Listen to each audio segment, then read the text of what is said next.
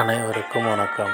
நாளை 25/1/2024 வியாழக்கிழமை. ஜோதிடப்படி share market Nifty, bank Nifty எப்படி செயல்படும்? நிஃப்டியை பொறுத்த வரைக்கும் 21,515 மேலே இருந்தால் பையிங் ஆப்பர்ச்சுனிட்டி, 21,369 இருந்தால் செல்லிங் ஆப்பர்ச்சுனிட்டி.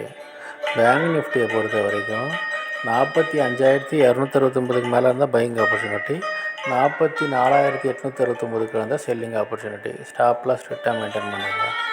ஜோதிட ரீதியாக பார்த்தீங்கன்னா சைட்வேஸாக இருந்துட்டு டவுன் ட்ரெண்டாக மாறி அப் ட்ரெண்டாக முடியும். டெக்னிக்கலி பார்த்தீங்கன்னா டவுன் ட்ரெண்டாக இருக்கும்.